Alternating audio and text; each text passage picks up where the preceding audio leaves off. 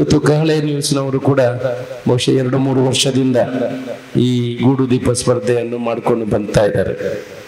ಅವ್ರಿಗೇನು ಅವರು news channel ಇದೆ, ಅದರಿಂದ ದೀಪಾವಳಿಯನ್ನು ಆಚರಿಸಬೇಕು, ಗೂಡು ದೀಪ ಸ್ಪರ್ಧೆ ಮಾಡಬೇಕು ಅನ್ನುವ ವಿಚಾರ ಏನಿಲ್ಲ.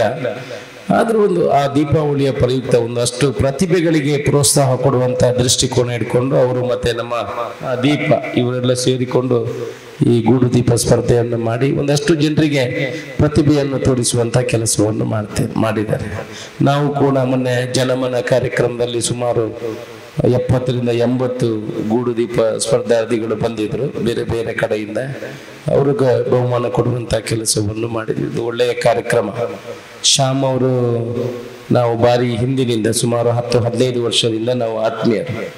ಮತ್ತೆ ನಮ್ಮ ಊರಿನ ಅಲಿಯ ಅವರಿಗೆ ಹುಡುಗಿ ಕೊಟ್ಟದ್ದು ನಮ್ಮ ಊರಿಂದ. ಶ್ಯಾಮ್ ಸುದರ್ಶನ್ ಅವರು ಒಳ್ಳೆಯ ಕೆಲಸವನ್ನು ಮಾಡ್ತಾ ಇದ್ದಾರೆ. ಅವರಿಗೆ ಬೇಕಾದಷ್ಟು ಅಡಿಕೆ ತೋಟ ಇದೆ. ಈ ಕಾಲೆ ನ್ಯೂಸಲ್ಲಿ ಏನು ಲಾಭಕ್ಕಾಗಿ ಮಾಡುವುದಲ್ಲ, ಸಮಾಜವನ್ನು ತಿದ್ದಲಿಕ್ಕೋಸ್ಕರ ಅವರು ಕಹಳೆ ನ್ಯೂಸ್ ಅನ್ನು ಅವರು ಮಾಡಿದ್ರು. ಬೇರೆ ಏನಾದ್ರಲ್ಲಿ ಲಾಭ ಬರ್ತದೆ ಏನಿಲ್ಲ.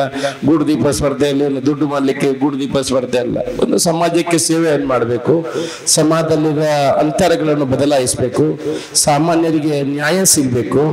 ಹಿಂದಿನಿಂದ ಅದೇ ಮನೋಭಾವನೆ ಇದ್ದವು.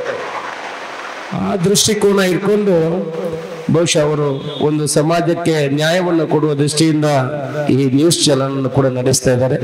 ನಮ್ಮನ್ನು ಕೂಡ ಅಶೋಕ್ ರೈ ಅವರನ್ನು ಅಶೋಕನ್ನ ಮಾಡಿದವರು ಇಂಥ ಮಾಧ್ಯಮದ ಮಿತ್ರರು ಮತ್ತೆ ಈ ಭಾಗದ ಬಂಧುಗಳು. ಇವತ್ತು ನನಗೆ ಅತ್ಯಂತ ಸಂತೋಷ ಆಗ್ತದೆ. ಶಾಸಕನ ನೆಲೆಯಲ್ಲಿ ಇಲ್ಲಿ ಮಾತಾಡುವಂತ ಒಂದು ಯೋಗ ಭಾಗ್ಯ ನನಗೆ